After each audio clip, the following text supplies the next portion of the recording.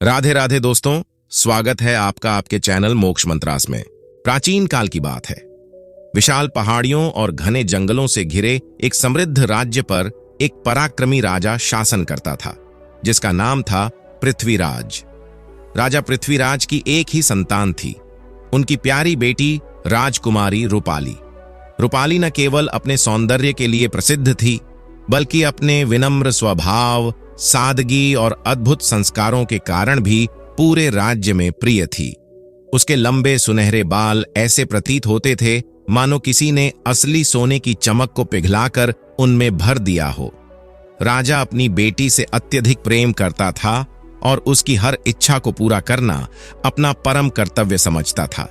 एक दिन सुबह की हल्की गुलाबी रोशनी फैलते ही राजकुमारी रूपाली अपनी विश्वसनीय सहेलियों के साथ शाही बगीचे के पास स्थित जंगल में शिकार खेलने निकली। जंगल में हर ओर हरियाली थी, पक्षियों का मधुर कलरव गूंज रहा था और पेड़ों की छाया हवा के साथ ऐसी लहराती थी जैसे कोई अदृश्य नर्तकी नृत्य कर रही हो। कुछ देर तक शिकार का आनंद लेने के बाद सब थक गए और पास ही एक सुंदर झरने की ओर चल दिए। झरना आसमान से उतरती हुई दूधिया चांदनी जैसा लगता था। ऊंचे पर्वतों से गिरते पानी की ठंडी सांस आसपास के वातावरण को ताजगी से भर रही थी। झरने के किनारे खिले रंग बिरंगे फूल पानी की धुंध में चमकते हुए मानो किसी चित्रकार ने प्रकृति को स्वर्गिक रूप दे दिया हो। यह दृश्य इतना मनमोहक था कि सहेलियां खुद को रोक न पाईं और हंसते मुस्कुराते हुए नदी की ओर दौड़ गईं। थोड़ी ही देर में उन्होंने राजकुमारी को भी आवाज लगाई। इतने शांति और सौंदर्य के बीच नदी का चांदी जितना सफेद और निर्मल पानी देखकर राजकुमारी का भी मन ललचा गया। वह भी सहेलियों के साथ पानी में उतर गई। सबकी खिलखिलाहट जंगल की निस्तब्धता को मधुर संगीत की तरह चीर रही थी। पानी में खेलते हुए राजकुमारी को ठंडी हवा का स्पर्श ऐसा महसूस हुआ जैसे प्रकृति स्वयं उसके स्वागत में बाहें फैलाए हों। उसी दौरान राजकुमारी रूपाली के कुछ सुनहरे बाल उसके कंधे से फिसले और धीरे धीरे नदी की धारा में बह गए। स्नान पूरा करने के बाद सभी सहेलियां हंसते बतियाते हुए महल की ओर लौट आईं, परंतु वे यह नहीं जानती थीं कि नदी में बहते हुए बाल एक नई कहानी को जन्म देने वाले हैं। धारा उन सुनहरे बालों को बहाते हुए दूर एक दूसरे राज्य की सीमा तक ले गई, जहां एक चट्टान के पास पानी धीमा पड़ता था। बाल वहीं जाकर अटक गए। उसी समय संयोग से उस राज्य का राजकुमार अपने मित्र के साथ जंगल में शिकार के लिए आया हुआ था। काफी देर शिकार के बाद जब दोनों को प्यास लगी तो वे नदी के किनारे पानी पीने आ गए। जैसे ही राजकुमार ने पानी पीकर ऊपर देखा, उसकी नजर दूर कुछ अजीब सी चमकती हुई वस्तु पर पड़ी। वह उत्सुकता से आगे बढ़ा। करीब जाकर देखा तो वह स्तब्ध रह गया। चट्टान पर उलझे पड़े कुछ सुनहरे बाल, मगर ये साधारण बाल नहीं थे, बल्कि सचमुच सोने जैसे चमकते हुए। राजकुमार ने उन्हें सावधानी से उठा लिया। उन बालों की चमक मानो धूप को भी मात दे रही थी। उसका मित्र आश्चर्य से बोला, राजकुमार, ये तो सोने जैसे बाल हैं। इतने लंबे और इतने चमकदार बाल आखिर किसके हो सकते हैं? राजकुमार ने गहरी सांस लेकर कहा, ऐसे अद्भुत और चमकते बाल किसी दुर्लभ राजकुमारी के ही हो सकते हैं। इसके बाद राजकुमार ने चारों ओर नजर दौड़ाई और नदी के किनारों पर उस सोने के बालों वाली राजकुमारी को ढूंढने लगा, लेकिन वहां उसे कोई भी दिखाई नहीं दिया। दोनों मित्र उस रहस्यमयी सोने के बालों वाली राजकुमारी की खोज में नदी के आसपास काफी देर तक घूमते रहे। वे कभी चट्टानों के पीछे झांकते, कभी किनारों पर फैली झाड़ियों को हटाकर देखते, तो कभी अपनी आवाज लगाकर पूछते कि कहीं किसी ने कोई अनोखी राजकुमारी देखी हो। परंतु चारों ओर केवल नदी की कल कल ध्वनि और जंगल की सरसराती हवा ही सुनाई देती। कोई भी ऐसा निशान नहीं मिला जिससे पता चले कि वे सोने जैसे अद्भुत बाल किसकी धरोहर थे। धीरे धीरे सूरज पहाड़ियों के पीछे ढलने लगा और आसमान हल्का नारंगी होते होते अब सांझ की चादर ओढ़ चुका था। जंगल में अंधेरा घिरने लगा था। तभी राजकुमार के मित्र ने चिंतित होकर कहा, राजकुमार, मुझे नहीं लगता कि यहां कोई मिलेगा। शायद वे बाल किसी दूर देश, किसी दूसरे राज्य से बहते हुए यहां तक आए हैं। अब शाम गहरा रही है, जंगल में रहना सुरक्षित नहीं। अगर देर हो गई तो राजमहल में सब हमारी चिंता करने लगेंगे। हमें अब वापस लौट चलना चाहिए। राजकुमार ने कुछ पल नदी को देखा, मानो उम्मीद हो कि अचानक कहीं से वही राजकुमारी प्रकट हो जाएगी। लेकिन जब कुछ न मिला तो वह धीमे कदमों से अपने मित्र के साथ महल लौट आया। परंतु महल आने के बाद भी राजकुमार का मन नदी तट पर ही अटका रहा। उसके मन में वही प्रश्न घूमता रहा, आखिर कौन है वह राजकुमारी जिसके बाल सोने की तरह चमकते हैं। उसकी कल्पना में उस राजकुमारी का चेहरा आकार लेने लगा और वह उसी सोच में खोता चला गया। दिन बीतते गए और राजकुमार की भूख प्यास जैसे समाप्त ही हो गई। वह अपने कमरे में उदास, शांत, लगभग बेसुध पड़ा रहता। महल के सेवक, दासियां और मंत्री सब हैरान थे। यह वही चंचल और प्रसन्न राजकुमार था जो कभी किसी बात की चिंता नहीं करता था। जब रानी मां को यह समाचार मिला कि उनका पुत्र कई दिनों से उदास, कमजोर और बिल्कुल मौन पड़ा है, तो उनका हृदय घबरा उठा। वह तुरंत उसके कक्ष में पहुंची। उन्होंने उसके माथे पर हाथ रखकर कहा, बेटा उठो, कुछ खा लो, आखिर तुम्हें क्या हुआ है। परंतु राजकुमार ने सिर हिलाते हुए खाना खाने से मना कर दिया। उसकी आंखों में एक अनजानी पीड़ा थी जो वह किसी से बांटना नहीं चाहता था। अब तो उसकी तबीयत और भी बिगड़ने लगी। राजा, रानी और पूरे महल में किसी को समझ नहीं आ रहा था कि राजकुमार की उदासी का कारण क्या है। जब भी कोई कारण पूछता, वह मुस्कुराकर टाल देता, पर उसके भीतर मन में छिपी तड़प दिन ब दिन बढ़ती जा रही थी। आखिर राजा ने चिंता में आकर राजकुमार के सबसे प्रिय मित्र, सेनापति के बेटे को बुलवाया और कहा, तुम्हारा मित्र तुम्हें सबसे ज्यादा मानता है, जाकर पता करो आखिर उसकी परेशानी का कारण क्या है। सेनापति का बेटा राजकुमार के पास पहुंचा और बहुत प्यार से बोला, मित्र, आखिर क्या बात है? तुम इतने उदास क्यों हो? तुम्हारी ये हालत देखकर हम सब परेशान हैं। पहले तो राजकुमार ने हमेशा की तरह बात टाल दी, पर जब उसका मित्र बार बार आग्रह करता रहा तो राजकुमार की आंखें भर आईं और धीरे से कहा, मैं उस सोने के बालों वाली राजकुमारी से विवाह करना चाहता हूं। वही मेरे हृदय में बस गई है। अगर मैं उसे नहीं पा सका तो शायद मैं कभी खुश नहीं रह पाऊंगा। सेनापति का बेटा हंसते हुए बोला, अरे बस इतनी सी बात, यह तो कोई बड़ी बात ही नहीं। मैं अभी जाकर महाराज को सब बताता हूं। वह तुरंत राजा के पास गया और पूरी घटना विस्तार में बता दी। कैसे कल शाम शिकार पर जाते समय उन्हें नदी किनारे एक चट्टान पर उलझे हुए 4 सुनहरे बाल मिले और कैसे उन बालों की चमक देखकर राजकुमार उस अद्भुत राजकुमारी के प्रेम में बंध गया। यह सुनते ही राजा गंभीर हो गया, पर अपने बेटे के लिए चिंतित भी। उसने तुरंत सेनापति को बुलाया और आदेश दिया, जाओ, किसी भी तरह उस सोने के बालों वाली राजकुमारी का पता लगाओ और उसके घर विवाह का प्रस्ताव भेजो। मेरे बेटे की खुशी उसी में है। इसके बाद राजा स्वयं राजकुमार के पास गया। उसके हाथ पर हाथ रखकर बोला, बेटा, चिंता मत करो, मैं तुम्हारी शादी उसी सोने के बालों वाली राजकुमारी से करवा दूंगा। अब तुम खाना खा लो। राजा की ये बात सुनकर राजकुमार का चेहरा अचानक खिल उठा। उसकी आंखों में फिर से चमक लौट आई। वह खुशी से भर उठा और लंबे समय बाद उसने प्रसन्न मन से भोजन कर लिया। धीरे धीरे राजकुमार की तबीयत सुधरने लगी। अब वह पहले की तुलना में कुछ बेहतर महसूस कर रहा था, लेकिन उसके हृदय में सोने के बालों वाली उस अनदेखी राजकुमारी के लिए उठी बेचैनी वैसी की वैसी बनी हुई थी।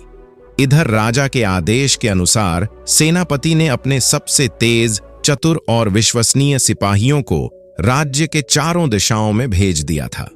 हर सिपाही को सख्त निर्देश थे कि चाहे पर्वत हों, नदियां हों, गुफाएं हों या दूरस्थ गांव, हर जगह जाकर उस सोने के बालों वाली राजकुमारी का पता लगाओ। लेकिन 2 पूरे सप्ताह बीत गए। हर सिपाही लौटकर खाली हाथ आता। किसी को भी ऐसी राजकुमारी का कोई नाम निशान नहीं मिला।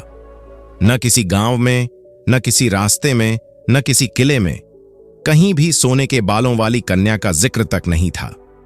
जब राजकुमार को यह समाचार मिला कि इतने प्रयासों के बाद भी उस राजकुमारी का कोई पता नहीं चल पाया है, तो उसका मन फिर से टूट गया। उसकी तबीयत दोबारा बिगड़ने लगी। उसका कमजोर शरीर, खोई निगाहें और फीकी आवाज, ये सब देखकर राजा का हृदय चिंता से भर गया। वह अपने एकलौते पुत्र को इस तरह तड़पता नहीं देख सकता था। राजा ने तुरंत अपने राज्य में ढोल नगाड़ों के साथ एक विशाल घोषणा करवाई।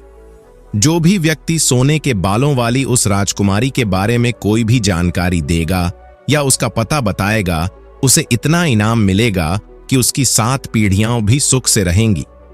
ये सुनते ही पूरे राज्य में हलचल मच गई। इनाम की आशा में व्यापारी, चरवाहे, शिकारी, साधु, यात्री, लगभग हर कोई उस राजकुमारी की खोज में निकल पड़ा। आसपास के जंगल खंगाल दिए गए, गांवों में पूछताछ होने लगी, पहाड़ों में खोज शुरू हो गई, परंतु फिर भी किसी को कोई सुराग नहीं मिला। अब राजकुमार की बीमारी और भी गंभीर होती जा रही थी। रातों को वह करवटें बदलता और उसी राजकुमारी के बारे में सोचता जिसकी झलक उसने कभी देखी भी नहीं थी।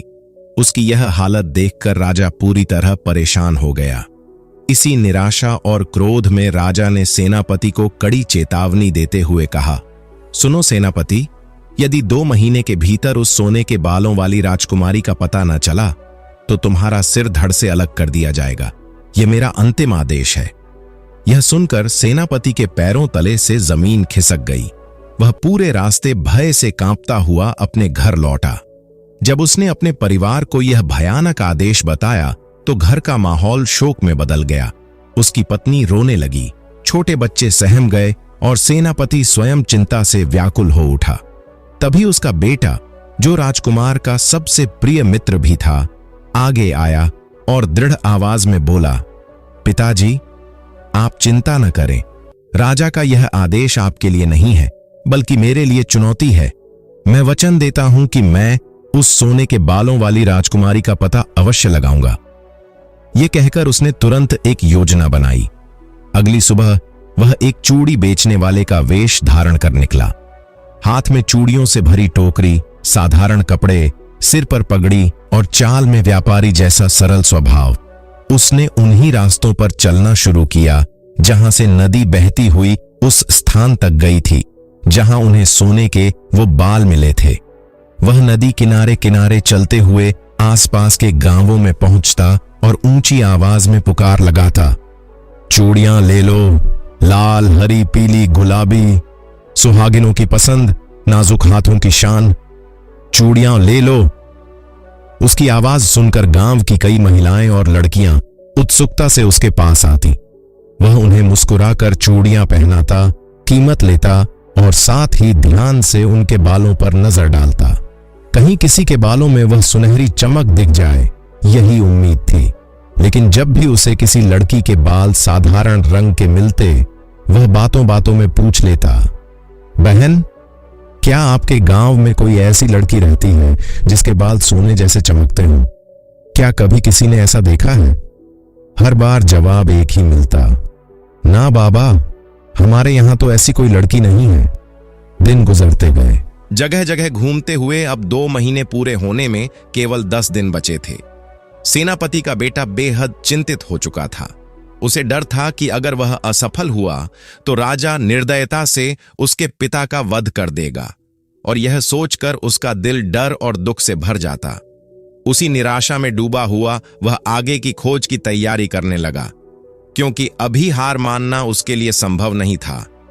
अब सेनापति के बेटे ने निर्णय लिया कि समय बहुत कम बचा है, इसलिए उसे अपनी खोज और तेज करनी होगी। उसने अपनी गति बढ़ा दी। कभी पैदल तेज कदमों से चलता तो कभी छोटे छोटे गांवों में रुककर चूड़ियां बेचने का नाटक करता, पर मन हमेशा एक ही सवाल की ओर भागता, सोने के बालों वाली राजकुमारी आखिर है कहां? कई दिनों की कठिन यात्रा, नदी किनारों पर लंबी खोज, जंगलों में अनगिनत चक्कर लगाने के बाद एक सुबह सूरज की पहली किरण के साथ वह एक भव्य राज्य के फाटक पर पहुंचा। यह वही राज्य था जहां राजकुमारी रूपाली रहती थी। उसे पता नहीं था कि किस्मत अब उसका हाथ पकड़कर उसे मंजिल तक ले आई है। वह धीरे धीरे महल के आसपास बने बाजार में गया और अपनी परिचित आवाज लगानी शुरू की, चूड़ियां ले लो, चूड़ियां ले लो, हरी, लाल, पीली, गुलाबी, सुहागिनों की पसंद, चूड़ियां ले लो। उसकी आवाज में व्यापारी जैसा नम्रपन भी था और भीतर छुपा खोज का तेज जुनून भी। उसकी पुकार सुनकर बाजार में मौजूद लोग मुड़े, कुछ महिलाएं आगे आईं और तभी राज्य के कोतवाल की बेटी भी चूड़ियां खरीदने उसके पास आ पहुंची। वह सुंदर, तेज तर्रार और स्वाभिमानी स्वभाव की लड़की थी। जब वह उसके हाथ में चूड़ियां पहनाने लगा तो अपने स्वाभाविक अंदाज में उसने वही सवाल किया जो वह हर गांव में पूछता था, बहन, क्या आपके राज्य में कोई ऐसी लड़की है जिसके बाल सोने जैसे चमकते हों? यह सुनते ही कोतवाल की बेटी चौंक गई, क्योंकि वह स्वयं राजकुमारी रूपाली की बहुत करीबी सहेली थी। उसने तुरंत कहा, हां, हमारी राजकुमारी के ही बाल सोने की तरह चमकते हैं। चूड़ी बेचने वाले ने, जो वास्तव में सेनापति का बेटा था, अविश्वास जताते हुए कहा, नहीं नहीं, ऐसा कैसे हो सकता है? तुम मजाक कर रही हो। दुनिया में किसी के बाल सोने जैसे कैसे हो सकते हैं? यह सुनकर कोतवाल की बेटी के स्वाभिमान को ठेस पहुंची। वह भड़क कर बोली, मैं झूठ क्यों बोलूं? हमारी राजकुमारी रूपाली के बाल सचमुच सोने जैसे चमकते हैं। चूड़ी वाले ने उसे और उकसाते हुए कहा, अगर यह सच है तो मैं अपनी सारी कीमती चूड़ियां तुम्हें मुफ्त दे दूंगा, लेकिन अगर तुम गलत साबित हुई तो बदले में तुम्हें मुझसे विवाह करना होगा। कोतवाल की बेटी भी उससे कम नहीं थी। वह तुरंत बोली, मैं क्यों हारूंगी? राजकुमारी रूपाली मेरी सहेली है, तुम अभी सबूत देख लेना। यह कहकर वह महल के अंदर तेज कदमों से गई, सीधे राजकुमारी रूपाली के कक्ष में पहुंची और राजकुमारी की कंघी से 2-4 सुनहरे बाल सावधानी से निकाल लाई। वह सांस फुलाते हुए लौटी और उन बालों को चूड़ी वाले के सामने रखते हुए बोली, लो, अब देख लो, अब तो मानोगे कि हमारी राजकुमारी के बाल सचमुच सोने के रंग के ही हैं। सेनापति का बेटा उन बालों को देखते ही भीतर से खिल उठा।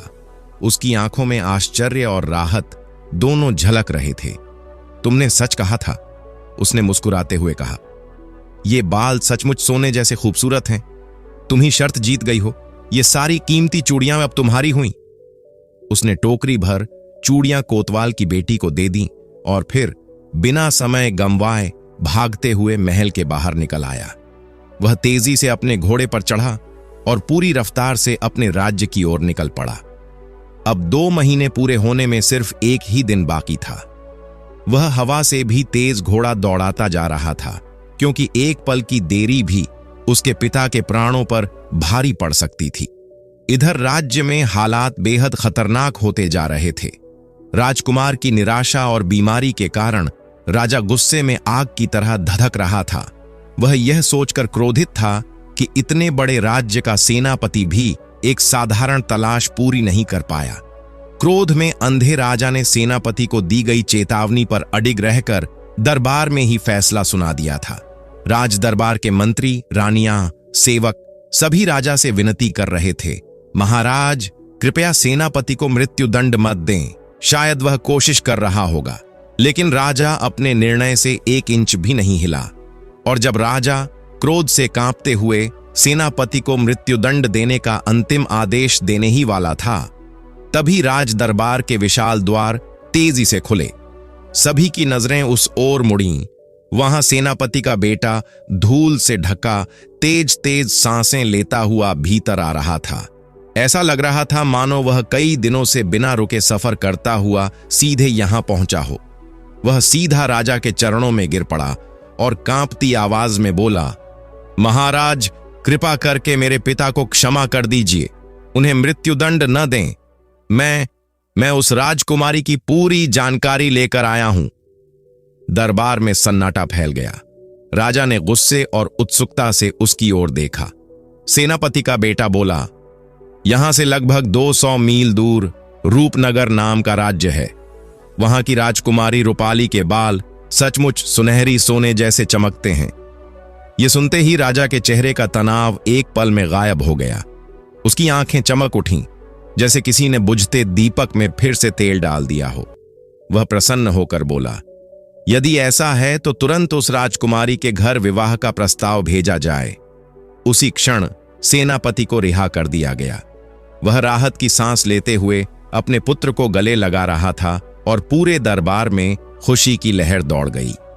इधर जब यह खबर राजकुमार तक पहुंची कि सोने के बालों वाली राजकुमारी का पता चल चुका है, उसकी सारी चिंता और बीमारी एक झटके में दूर हो गई। महल में जैसे त्योहार सा माहौल बन गया। राजा के आदेश पर ढेर सारा सोना, चांदी, कीमती रत्न, रेशमी वस्त्र और अनगिनत उपहारों से भरी एक भव्य बारात जैसी टुकड़ी विवाह प्रस्ताव लेकर रूपनगर की ओर रवाना हुई। रूपनगर में राजा पृथ्वीराज को जब यह पता चला कि उनकी बेटी राजकुमारी रूपाली के लिए एक शक्तिशाली और समृद्ध राज्य से विवाह का प्रस्ताव आया है, तो वे खुशी से खिल उठे। उन्होंने तुरंत यह जानकारी अपनी बेटी को दी। राजकुमारी रूपाली ने शालीनता से मुस्कुराते हुए कहा, पिताजी, मैं इस विवाह के लिए तैयार हूं, परंतु मेरी एक शर्त है।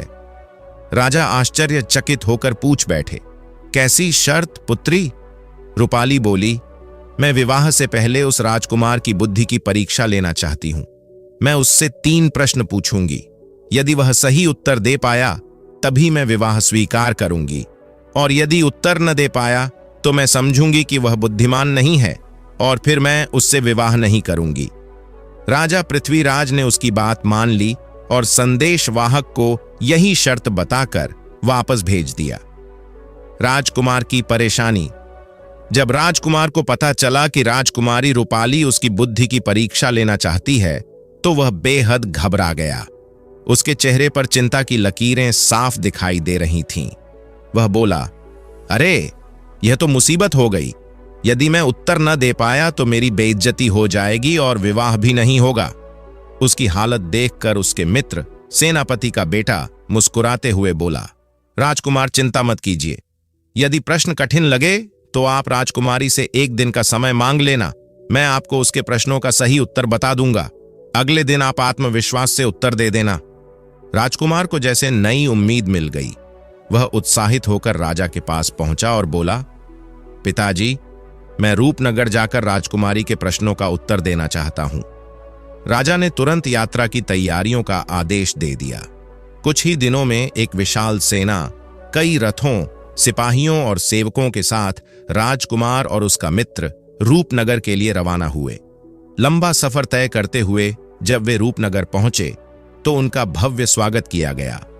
राजमहल को फूलों से सजाया गया, संगीत बज रहा था और पूरा राज्य मानो किसी उत्सव में डूब गया था।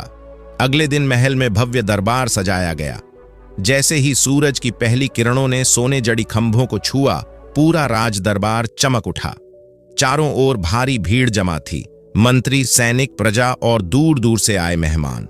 हर कोई उत्सुक था यह देखने के लिए कि आखिर आज राजकुमारी रूपाली कौन सा कठिन प्रश्न पूछने वाली है और राजकुमार कैसे उसका उत्तर देंगे। दरबार के एक ओर राजकुमार अपने मित्र, सेनापति के अक्लमंद बेटे और अपने सहयोगियों के साथ बैठे थे। दूसरी ओर राजकुमारी रूपाली अपनी सुशोभित सखियों के साथ विराजमान थीं। दोनों ओर गहनों की झंकार, रेशमी वस्त्रों की सरसराहट और लोगों की धीमी फुसफुसाहट पूरे माहौल को और रहस्यमय बना रही थी। इस भव्य वातावरण में राजकुमार का भय और भी बढ़ गया था। उसका दिल तेजी से धड़क रहा था, माथे पर पसीने की बूंदें चमकने लगी थीं। वह मन ही मन सोच रहा था, हे भगवान, न जाने राजकुमारी कौन सा कठिन प्रश्न पूछने वाली है। कुछ क्षणों बाद राजकुमारी रूपाली खड़ी हुई और मधुर लेकिन सशक्त आवाज में अपना पहला प्रश्न पूछा। बताइए राजकुमार, कोई व्यक्ति 30 दिनों तक बिना सोए कैसे जाग सकता है? प्रश्न सुनते ही पूरे दरबार में एक गहरी खामोशी उतर गई। ऐसा लगा मानो सबकी सांसें एक पल के लिए थम गई हों। लोग एक दूसरे का चेहरा देखने लगे। किसी की समझ में कुछ नहीं आ रहा था। मन में तरह तरह के सवाल उठने लगे। कोई व्यक्ति 30 दिन तक जाग कैसे सकता है? एक दिन न सोए तो सिर घूमने लगता है, और 30 दिन, यह तो असंभव है। राजकुमार की चिंता बढ़ गई। वह परेशान होकर अपने मित्र की ओर देखने लगा। तभी सेनापति का बेटा चुपके से उसे इशारा करता है। इशारा समझते ही राजकुमार खड़ा हुआ और सम्मानपूर्वक बोला, राजकुमारी जी, आपका प्रश्न अत्यंत रोचक है। मुझे इसके उत्तर पर विचार करने के लिए 1 दिन का समय चाहिए। यह सुनकर राजकुमारी की एक बुद्धिमान सहेली खड़ी हुई और ऊंची आवाज में घोषणा की, हमारी चतुर और अति बुद्धिमान राजकुमारी राजकुमार को 1 दिन का समय प्रदान करती हैं। इसके साथ ही दरबार स्थगित कर दिया गया। सभी लोग आपस में चर्चा करते हुए बाहर निकल गए। हर किसी के मन में वही प्रश्न घूम रहा था, आखिर इसका उत्तर क्या हो सकता है। उस रात राजकुमार अपने आराम कक्ष में बेचैन होकर टहलता रहा। वह बड़बड़ाता, 30 दिन बिना सोए, ये कैसे संभव है? ये तो मुझसे कभी हल नहीं होगा। तभी उसके मित्र सेनापति के समझदार पुत्र जोर जोर से हंसने लगा। राजकुमार चौंक कर बोला, अरे मित्र, मैं इतनी चिंता में हूं और तुम हंस रहे हो। सेनापति का बेटा उसके पास झुककर उसके कान में कुछ बोला। राजकुमार सुनते ही ठहाका मारकर हंस पड़ा। उसका भय पूरी तरह दूर हो गया। दूसरे दिन फिर से भव्य दरबार लगा। राजकुमार आत्मविश्वास से भरा हुआ था और राजकुमारी एक हल्की मुस्कान के साथ उसे देख रही थीं। राजकुमारी ने वही प्रश्न दोहराया, बताइए राजकुमार, कोई व्यक्ति 30 दिनों तक बिना सोए कैसे जाग सकता है? राजकुमार ने हल्की मुस्कान के साथ जवाब दिया, राजकुमारी जी, 30 दिनों तक बिना सोए कैसे जाग सकता है? यह बहुत सरल है। आपने पूछा था कि व्यक्ति 30 दिन कैसे जाग सकता है, तो वह रात में जागेगा और दिन में सोएगा। और अगले ही क्षण पूरा दरबार तालियों की गड़गड़ाहट से गूंज उठा। लोग खड़े होकर राजकुमार की बुद्धिमानी की प्रशंसा करने लगे। वाह राजकुमार, वाह, राजकुमार की जय हो! जैसे नारे दरबार में चारों ओर फैल गए। राजा और दरबारियों के चेहरे पर गर्व झलक रहा था। तालियों का शोर थोड़ा कम हुआ तो राजकुमारी रूपाली फिर से मुस्कुराते हुए खड़ी हुईं और बोलीं, राजकुमार, अब मैं आपसे दूसरी पहेली पूछती हूं। इसका उत्तर भी आपको सही सही देना होगा। उन्होंने अपनी मधुर लेकिन दृढ़ आवाज में पहेली पूछी। 4 हैं रानियां और 1 है राजा, हर एक काम में उनका है साझा। बताइए यह क्या है? जैसे ही राजकुमारी ने यह सवाल पूरा किया, पूरा दरबार एक बार फिर सन्नाटे में डूब गया। लोग एक दूसरे के कान में धीमे स्वर में पूछने लगे, क्या होगा इसका उत्तर? राजकुमार के चेहरे पर चिंता लौट आई। वह बेचैन होकर अपने मित्र सेनापति के बेटे की ओर देखने लगा। उसने तुरंत आंखों से इशारा किया कि 1 दिन का समय मांग लो। राजकुमार ने सम्मानपूर्वक कहा, राजकुमारी साहिबा, आपका यह प्रश्न भी अत्यंत रोचक है। इसका उत्तर सोचने के लिए मुझे 1 दिन का समय चाहिए। राजकुमारी की सखियों में से एक खड़ी हुई और घोषणा की, हमारी बुद्धिमान राजकुमारी राजकुमार को 1 दिन का समय देती है। फिर दरबार स्थगित कर दिया गया। सब अपने अपने कक्षों की ओर चले गए। उस रात आराम कक्ष में बैठा हुआ राजकुमार बेचैनी से बार बार टहल रहा था। उसके माथे पर पसीना था। वह बड़बड़ा रहा था, 4 रानियां, 1 राजा, सभी काम में साझा। यह क्या हो सकता है? मेरी समझ में तो कुछ नहीं आ रहा। तभी उसके पास बैठा सेनापति का बेटा फिर से जोर जोर से हंसने लगा। राजकुमार झुंझलाकर बोला, मित्र, तुम बार बार हंस क्यों रहे हो? मैं यहां चिंता में डूबा हूं और तुम। सेनापति का बेटा मुस्कुराया और उसके कान में कुछ कहा। जैसे ही उसने वह उत्तर सुना, राजकुमार ठहाका मारकर हंस दिया। अरे, यह तो इतना सरल था, मुझे कैसे समझ नहीं आया? अब राजकुमार का चेहरा खिल उठा। वह आत्मविश्वास से भर गया। अगले दिन का दरबार, दूसरे दिन फिर से पूरी भव्यता के साथ दरबार लगा। एक तरफ राजकुमार और उसका मित्र बैठे थे, दूसरी ओर राजकुमारी रूपाली अपनी सखियों के साथ। राजकुमारी ने पूछा, बताइए राजकुमार, 4 रानियां और 1 है राजा, हर काम में जिनका साझा। यह क्या है? राजकुमार ने मुस्कुराते हुए कहा, राजकुमारी साहिबा, इसका उत्तर है हथेली और अंगूठा। अंगूठा राजा है और बाकी 4 उंगलियां रानियां, और किसी भी काम में इन 5 का साझा ही होता है। राजकुमार का उत्तर सुनते ही पूरा दरबार एक बार फिर तालियों से गूंज उठा। दरबारी प्रशंसा करते हुए बोले, वाह राजकुमार, वाह, क्या अद्भुत उत्तर है। माहौल शांत हुआ तो राजकुमारी रूपाली ने अपनी तीसरी और अंतिम परीक्षा के लिए आदेश दिया। कुछ ही क्षणों में सैनिकों ने एक विशाल लोहे का पिंजरा दरबार के बीच में रखा। और उसके अंदर एक खूंखार शेर बंद था। सभी की सांसें रुक सी गईं। राजकुमारी बोली, अब बताइए राजकुमार, बिना इस पिंजरे को खोले और बिना इसे तोड़े आप इसमें बंद इस शेर को बाहर कैसे निकालेंगे? यह सुनकर पूरे दरबार में हलचल मच गई। अरे, यह कैसे संभव है? बिना खोले या तोड़े शेर बाहर कैसे आएगा? लोग आश्चर्यचकित थे। राजकुमारी का यह तीसरा और सबसे कठिन प्रश्न सुनते ही और पिंजरे में बंद उस बड़े से शेर को देखकर राजकुमार के तो सचमुच पसीने छूट गए। उसका दिल तेजी से धड़कने लगा। वह घबराकर अपनी जगह से थोड़ा उछल सा पड़ा और तुरंत अपने मित्र की ओर देखने लगा। राजकुमार की दहशत उसके चेहरे पर साफ झलक रही थी।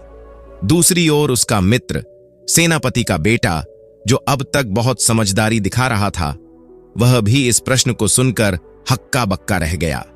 उसके चेहरे की मुस्कान गायब हो चुकी थी। उसने थरथराते हाथों से राजकुमार को इशारा किया कि जैसे पिछली 2 बार हुआ वैसे ही इस बार भी 1 दिन का समय मांग लिया जाए। कोई और रास्ता तो था नहीं। राजकुमार ने तुरंत विनम्र आवाज में राजकुमारी से वही कहा, राजकुमारी साहिबा, कृपया मुझे इस प्रश्न का उत्तर सोचने के लिए 1 दिन का समय दीजिए। राजकुमारी ने भी गरिमा से सिर हिलाया और दरबार स्थगित कर दिया गया। कुछ ही क्षणों में सारा राज दरबार खाली हो गया। सैनिक पिंजरे को वापस ले गए और सब अपने अपने कक्षों में चले गए। उस रात का भय भरा माहौल। राजकुमार अपने कमरे में बेचैनी से चहलकदमी कर रहा था। उसका मन डर, चिंता और निराशा से भरा हुआ था।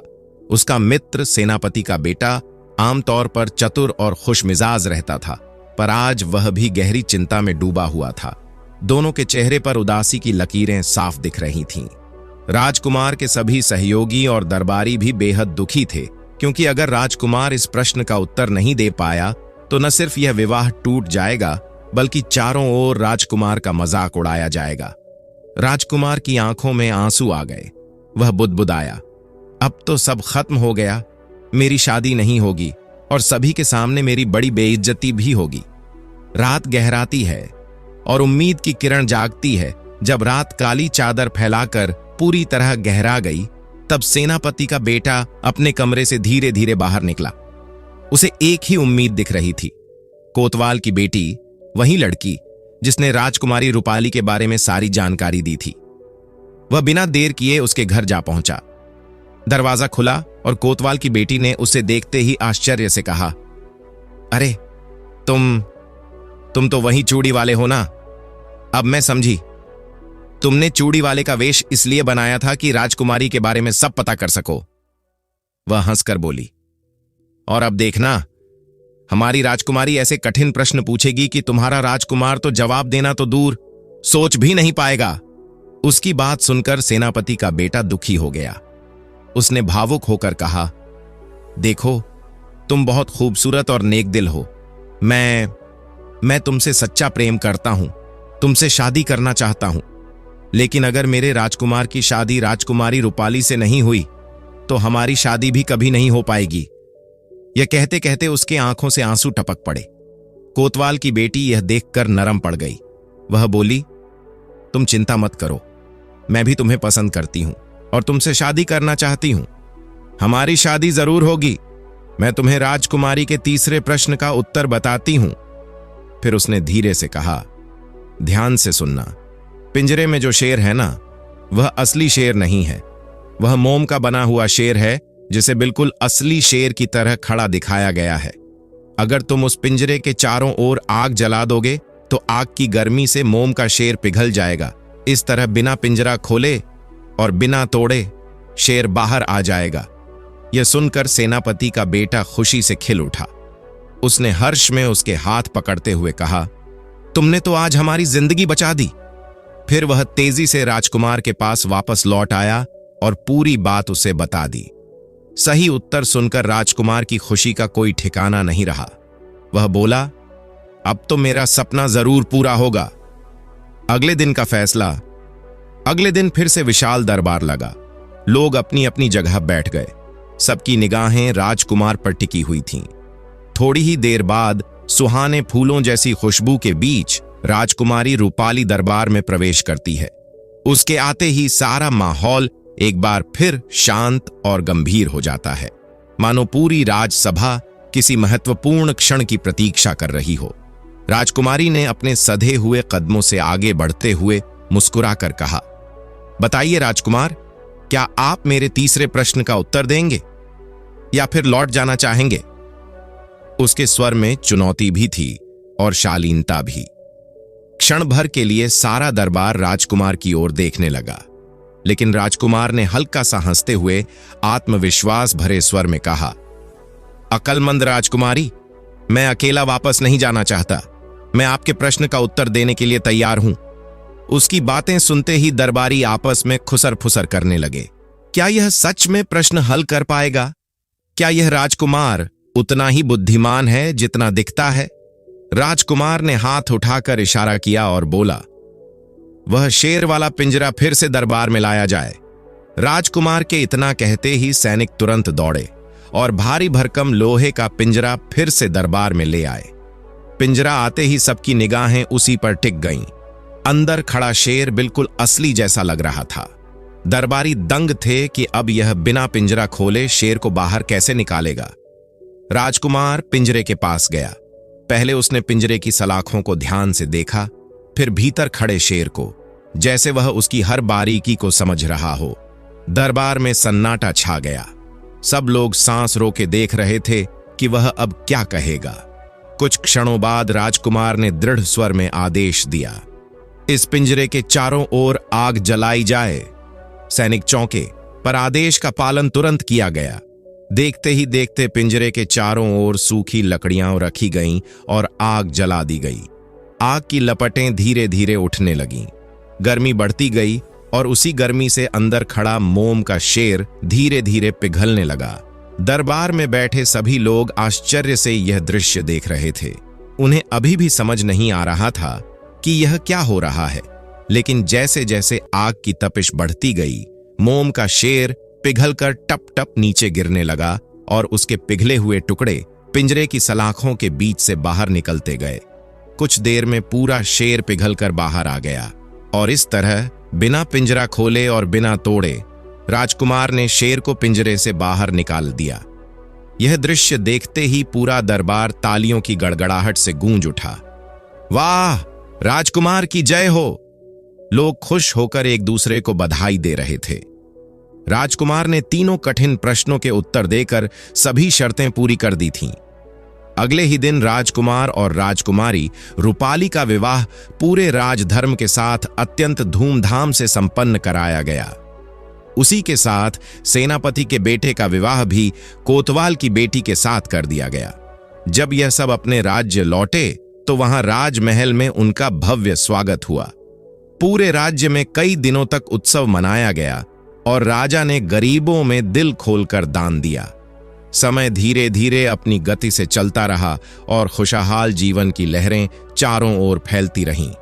लेकिन राजकुमारी रूपाली को अब तक इस बात का जरा सा भी अंदाजा नहीं था कि राजकुमार ने सभी उत्तर स्वयं नहीं दिए थे, बल्कि सेनापति के बेटे की बुद्धिमानी और साहस से मिली सहायता के कारण ही वह हर पहेली का उत्तर दे पाया था। एक दिन राजकुमार और सेनापति का बेटा महल के बगीचे में बैठकर बातें कर रहे थे। ठंडी हवा चल रही थी और ऊपर पेड़ों की पत्तियां सरसराकर मधुर संगीत जैसा वातावरण बना रही थीं।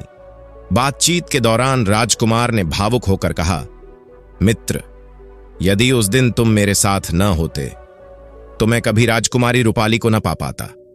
सच कहूं तो यदि तुम्हारा साथ न मिलता तो शायद मेरी जान ही चली जाती।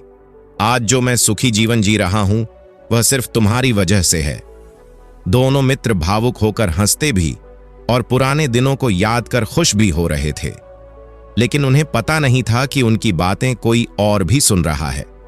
उसी समय पास से गुजरती हुई राजकुमारी ने उनकी सारी एक बातें सुन ली। जब राजकुमारी रूपाली को यह सच्चाई पता चली कि जिस राजकुमार को वह अब तक अत्यंत बुद्धिमान, चतुर और विवेकशील समझती आई थी, वह वास्तव में उतना ज्ञानी नहीं था, तो उसका दिल मानो किसी ने दो टुकड़ों में बांट दिया हो। उसके मन पर बिजली सी गिर गई। उसे लगा मानो उसके भरोसे की बुनियाद ही हिल गई हो। राजकुमार के बारे में उसके मन में जो आदर्श छवि थी वह एक झटके में टूटकर बिखर गई थी। शेर की पहेली, उंगलियों वाली पहेली और जागने सोने का सवाल। राजकुमारी को यह जानकर गहरा धक्का लगा कि इन सभी का उत्तर देने वाला सामने खड़ा राजकुमार नहीं, बल्कि उसके पीछे खड़ा सेनापति का पुत्र था। उसकी आंखों में आंसू भर आए और वह अनायास ही फूट पड़े। मगर अब क्या हो सकता था? उसके आंसू बहते रहे, लेकिन उसकी किस्मत तो अब विवाह के बंधन में बंध चुकी थी। कोई वापसी नहीं थी। धीरे धीरे उसके मन में यह पीड़ा घर कर गई कि उत्तर न जानना गलत नहीं था, पर मुझे धोखा देना गलत था। वह सच कह देता तो मैं शायद नाराज भी ना होती, लेकिन झूठ पर रिश्ता कैसे टिके? राजकुमारी मन ही मन टूटने लगी। उसके चेहरे की चमक गायब होने लगी। पहले जो लड़की महल में हर किसी से हंसकर बात करती थी, अब घंटों अपने कक्ष की खिड़की पर बैठकर खाली हवा को देखती रहती। उसे किसी भी वस्तु, किसी भी कार्य, किसी भी उत्सव में रुचि नहीं रही। उसकी बिछी हुई मुस्कान अब चिंता की झुर्रियों में बदल गई थी। कुछ दिनों बाद जब राजकुमार ने उसे लगातार उदास देखा तो उसने चिंता से पूछा, क्या बात है राजकुमारी जी? पिछले कई दिनों से आप बहुत परेशान हैं। लेकिन राजकुमारी ने अनमने ढंग से उत्तर दिया, अब बताने से क्या लाभ, क्योंकि अब कुछ भी बदल नहीं सकता। यह कहकर वह वहां से चल दी। उसका उत्तर सुनकर राजकुमार स्तब्ध रह गया। उसे समझ नहीं आया कि राजकुमारी इतनी परेशान क्यों है। धीरे धीरे स्थिति और गंभीर हो गई। राजकुमारी ने चिंता और दुख के कारण खाना पीना तक छोड़ दिया। वह अपने कमरे से बाहर ही नहीं निकलती।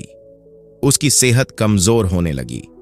राजा और रानी ने उससे कई बार कारण जानने की कोशिश की, लेकिन राजकुमारी ने किसी से कुछ नहीं कहा। पर स्थिति यह भी थी कि जब राजकुमार ने देखा कि उसकी पत्नी दिन प्रतिदिन टूट रही है, उसने स्वयं भी खाना छोड़ दिया। अब महल में दोनों की सेहत गिरती जा रही थी और सभी दरबारी तथा परिवारजन चिंता में डूबे हुए थे। इसी बीच राजमहल के कुछ बुजुर्गों ने राजकुमारी को बताया कि जब राजकुमार ने पहली बार उसके स्वर्ण से चमकते बालों का गुच्छा उठाया था, तब से उसे खोजने के लिए उसने कितनी तपस्या की थी। कैसे वह जंगलों, घाटियों, पहाड़ों और नदियों को पार कर उसे ढूंढने निकल पड़ा था। उसने कितनी रातें जागकर बिताईं, कितनी मुश्किलों का सामना किया और कैसे एक आशा की किरण के सहारे उसे ढूंढने का प्रण लिया था। इन सब बातों ने राजकुमारी के दिल में हलचल मचा दी। उसका मन पिघलने लगा। वह धीरे धीरे चलती हुई राजकुमार के पास आई और बोली, मैं आपके झूठ की वजह से इतनी दुखी हूं। कोई भी रिश्ता झूठ के आधार पर नहीं टिक सकता। राजकुमार ने सिर झुकाकर कहा, मैं आपको पाने के लिए इतना पागल हो गया था कि सही और गलत का भेद मिट गया था। उस समय सिर्फ एक ही बात दिख रही थी कि किसी भी हाल में मैं आपको खोना नहीं चाहता था। राजकुमारी ने शांत पर ठोस स्वर में कहा, हमारे जीवन में कई ऐसे मोड़ आते हैं जब सच पर टिके रहना बेहद जरूरी होता है, लेकिन हम कई बार डर, लोभ या मोह में आकर सच से मुंह मोड़ लेते हैं और झूठ का सहारा ले लेते हैं, जबकि सही यही है कि हमें हमेशा सत्य का साथ देना चाहिए, चाहे परिणाम कुछ भी हो। राजकुमार ने तुरंत कहा, यदि तुम चाहो तो मैं पूरे दरबार के सामने खड़ा होकर सबके सामने अपनी गलती स्वीकार कर लूंगा। सचमुच यह मेरी बहुत बड़ी भूल थी। यह सुनकर राजकुमारी के दिल के बोझ हल्के होने लगे। वह धीमे स्वर में बोली, कोई बात नहीं राजकुमार, कम से कम आपने मेरे सामने यह स्वीकार तो किया कि आपने गलती की थी। मेरे लिए यही बहुत है। और इतना कहकर राजकुमारी ने राजकुमार को माफ कर दिया। इसके बाद दोनों के बीच की गलत फहमियां खत्म हो गईं और वे दोनों एक दूसरे की समझ, विश्वास और प्रेम के साथ खुशी खुशी अपना जीवन बिताने लगे। तो दोस्तों, अगर आपको आज की कहानी अच्छी लगी तो चैनल को सब्सक्राइब करके हमें सपोर्ट कर दीजिए और कमेंट्स में राधे राधे लिखना ना भूलना। फिर मिलते हैं एक नई कहानी के साथ। राधे राधे।